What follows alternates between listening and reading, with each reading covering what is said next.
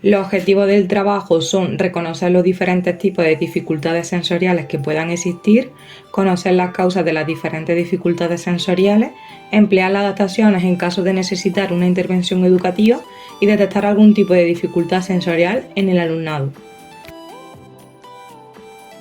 Según Gutiérrez, el concepto de deficiencia se define como pérdida total o anormalidad de una estructura, función psicológica, fisiológica o anatómica.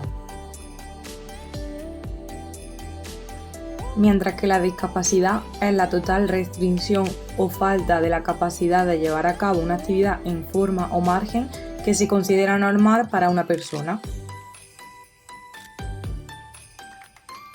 Por último, el concepto de minusvalía se define como una situación de desventaja para una persona a consecuencia de una deficiencia o una discapacidad que hace que tenga limitaciones o que le impide poder desarrollar una actividad normal.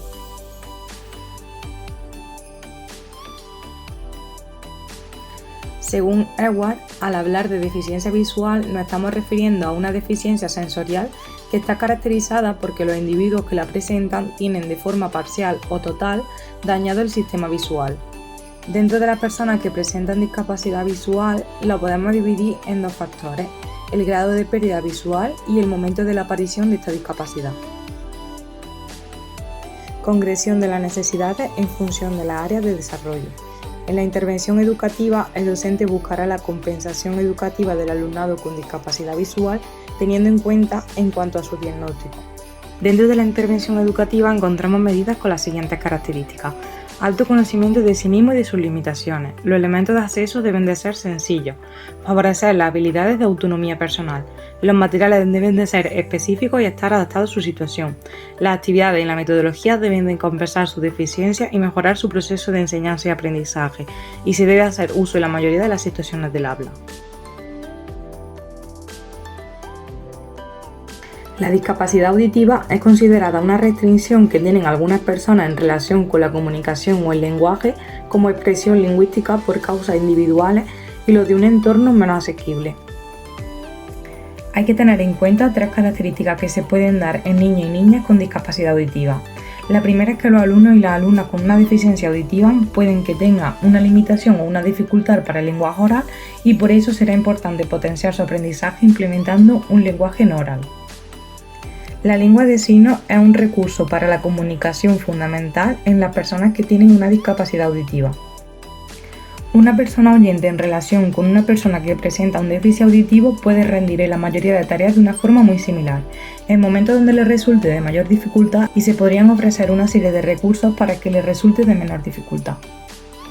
Dentro de la intervención educativa encontramos medidas con las siguientes características: alto conocimiento de sí mismo y de sus limitaciones. Los elementos de acceso deben de ser sencillos. Favorecer las habilidades de autonomía personal. Los materiales deben de ser específicos y estar adaptados a su situación. Las actividades y la metodología deben compensar su deficiencia y mejorar su proceso de enseñanza y aprendizaje, y se debe de hacer uso en la mayoría de las situaciones del aula. Existe una clasificación de la deficiencia auditiva en función del grado de pérdida, la cualidad y el momento de aparición de la pérdida. Deficiencia auditiva ligera, deficiencia auditiva media, deficiencia auditiva severa, deficiencia auditiva profunda y deficiencia auditiva total o cófosis. Por otro lado, dependiendo del momento en el que aparece, podemos distinguir tres tipos diferentes dentro de la sordera adquirida: la sordera prenatal, la sordera perinatales y la sordera postnatales. Necesidades educativas para el alumnado con discapacidad auditiva. Algunas necesidades educativas especiales son la adquisición temprana de un método de comunicación tanto oral como de signos, la estimulación y la utilización de la audición residual, la individualización del proceso de enseñanza con adaptaciones curriculares, el desarrollo emocional y social.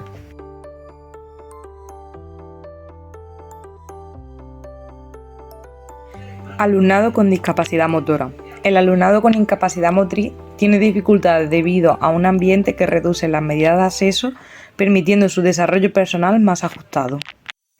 El objetivo de una intervención educativa en discapacidad motora es producir un entorno educativo inclusivo, sencillo y de apoyo que conceda a los estudiantes con esta condición que logren su máxima capacidad académica, social y emocional.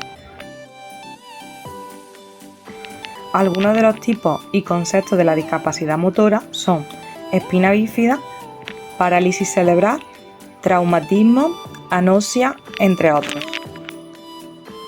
Los factores de las dificultades motoras pueden deberse a diferentes causas y pueden producirse en cualquier etapa de la vida del ser humano.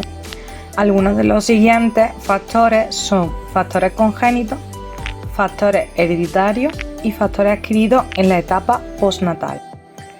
Algunas de las adaptaciones que se pueden realizar con el alumnado con discapacidad motora pueden ser de acceso al centro, eliminando las barreras arquitectónicas, y de mobiliario y material, con mobiliario adecuado, con disposición de desplazamientos para niños con silla de ruedas y recursos de sistemas de comunicación.